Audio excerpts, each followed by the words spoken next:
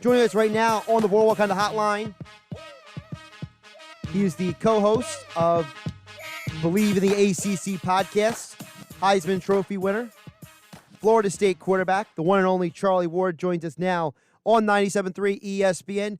Charlie, how you doing this Saturday? I'm doing well, sir.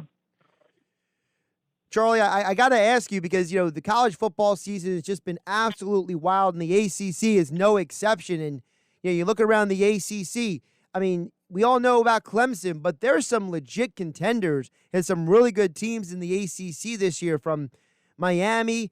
Pitt right now is losing to NC State. There's a lot of great storylines in the ACC. Is there any one of those storylines that stand out the most to you? Well, of course, we're still looking at Miami, who has, impressed after the first game. There are next two games, Louisville and Florida State. They've played really, really well. And so they've kind of thrusted themselves in that upper echelon. And, of course, we're still waiting on North Carolina to play. They haven't played in a couple of weeks. And so hopefully, they're a team that can also be thrown in that mix. Pitt, of course, right now I think they're losing to NC State at home. And so it'll be interesting to see how they fight themselves out. They've had some offensive struggles. They really haven't put up a lot of points, but defensively they've been pretty stout. So it'll be interesting to see how they continue to move forward. And then Notre Dame, on top of that, they've been out for a few weeks as well.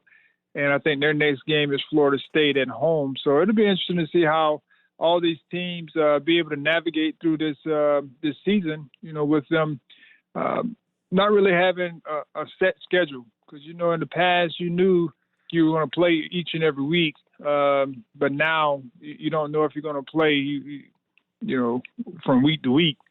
And so hopefully they can get back on the field and at least show that they're capable of competing with Clemson. Virginia Tech, where they were missing like 23 players, like maybe 5 coaches in their first game, and so we'll see how they're going to respond and play when those guys return. You mentioned Miami. We've had a couple of Miami games here on 97.3 ESPN recently, and for me, I look at D'Eriq King, and I mean, this guy is incredible. To me, I think he should be the Heisman Trophy frontrunner. Everyone talks about Trevor Lawrence, but to me, I think D'Eriq is just arguably one of the most valuable players in college football. Tell the folks a little bit more about D'Eriq King down at Miami. Well, I had the pleasure of being able to coach him his freshman year in high school, and he was the quarterback, and he was my only lone success in football. It was the only year I made the playoffs, but he's a special talent. He's a great leader, and guys follow him. It's been that way since Little League, and he's done a great job at University of Miami, coming in and helping to resurrect their swagger. He's making great decisions. That's what he's been doing, as long as I know. And, he's done a great job of doing the necessary things to help his team win. But the offense fits him well. He's accustomed to that type of style when he played at the University of Houston. But I'm just happy for him because he's a good guy from a great family. And I'm just happy to see him doing well. When I've watched him, and I'm not a former quarterback, I played safety when I was younger, but as a quarterback, he reminds me a little bit of Kyler Murray. He seems to have those similar skill sets. Does he remind you of anybody? That's a good comparison. If you're going to compare someone, he does have that similar type skill set. And, the one thing that I think they kind of both have in common is, they're playmakers. But when it's all said and done, whenever they get the ball in their hands, that they're going to make good decisions for the most part.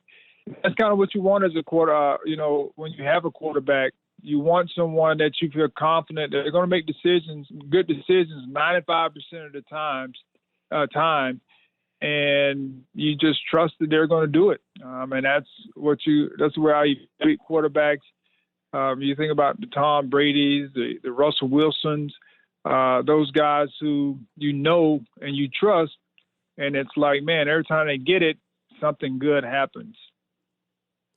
Charlie Ward joining us here on the Boardwalk on the hotline on 97.3 ESPN, the co-host of the Bleav in the ACC podcast, dropping each and every week on the Bleav Podcasting Network. Also, you can follow Charlie on Twitter at @RealCharlieWard. Charlie, you're a Heisman Trophy winner. You played quarterback at Florida State. You were, one of the more prolific quarterbacks during your era. I always wanted to ask someone like you, do you think that your style of play could have been even better and greater in today's football? Because we're seeing a lot of guys with your similar skill sets that you had at Florida State, even playing in the NFL now.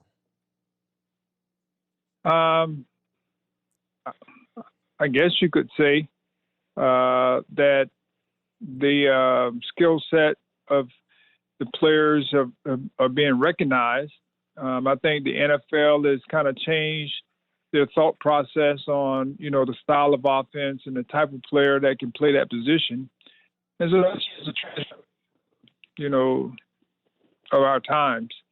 Of course, it's been about almost 26 years now since I've been out of college, and, times have changed. The players have changed. Smaller guys play within, a system that they can thrive in and, get opportunities. Speaking of Florida State, I got to ask you, what is going on with your alma mater? Because, I think a lot of people at first felt like maybe there were some issues when it came to recruiting. Obviously, they haven't had many great offensive linemen down there. Is it just a recruiting issue, or is it also because of the constant changing of head coaches, the fact that there's been too much maybe turnover at the top of the program? Well, that normally plays a big part in recruiting and all the other things. Because when you have instability, this is in the organization. I don't care what it is. If you have instability, from the top down, and constant voice from a, changing of the culture program, you're not going to have great success. And so you can try to sugarcoat it as much as you want.